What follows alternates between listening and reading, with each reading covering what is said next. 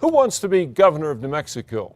Democrats are now starting to line up for a chance to take on Republican incumbent Susana Martinez next year.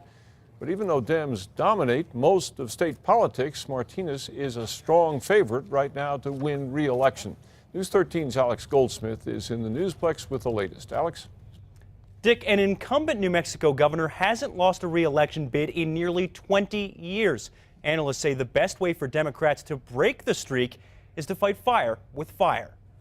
Not an impossible task, but it is somewhat daunting. One and done Susana. That's the statewide mission for Democrats, and they're not afraid to get an early start. This week, Albuquerque State Senator Linda Lopez became the second Democrat to announce her bid for the governor's office.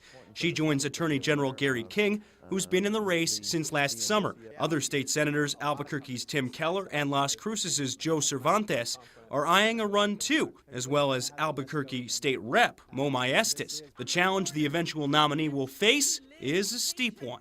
You've got an extremely popular governor. If you take a look at her approval ratings, her favorability scores, all of those things are pretty high. UNM political science professor Gabe Sanchez says it's not just likability on her side. Martinez is a strong fundraiser with the advantage of being an incumbent. And in the 2010 election, Martinez drew 40% of the Hispanic vote, a big number for a Republican. If you were to ask me, I would say a Hispanic candidate for the Democrats would be a good idea, all things being equal, and somebody that can galvanize the base. You're going to need somebody that can get out the vote.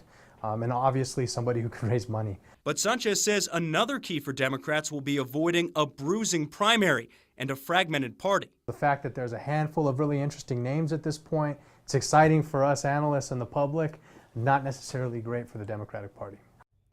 Professor Sanchez also says Martinez probably won't have one of the advantages she had last time around, an opponent so closely tied to Bill Richardson. Back to you.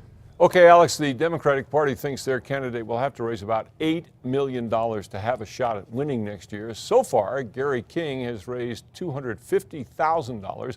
Martinez, who spent more than $7 million in the 2010 election, has raised about $1.5 million so far this time.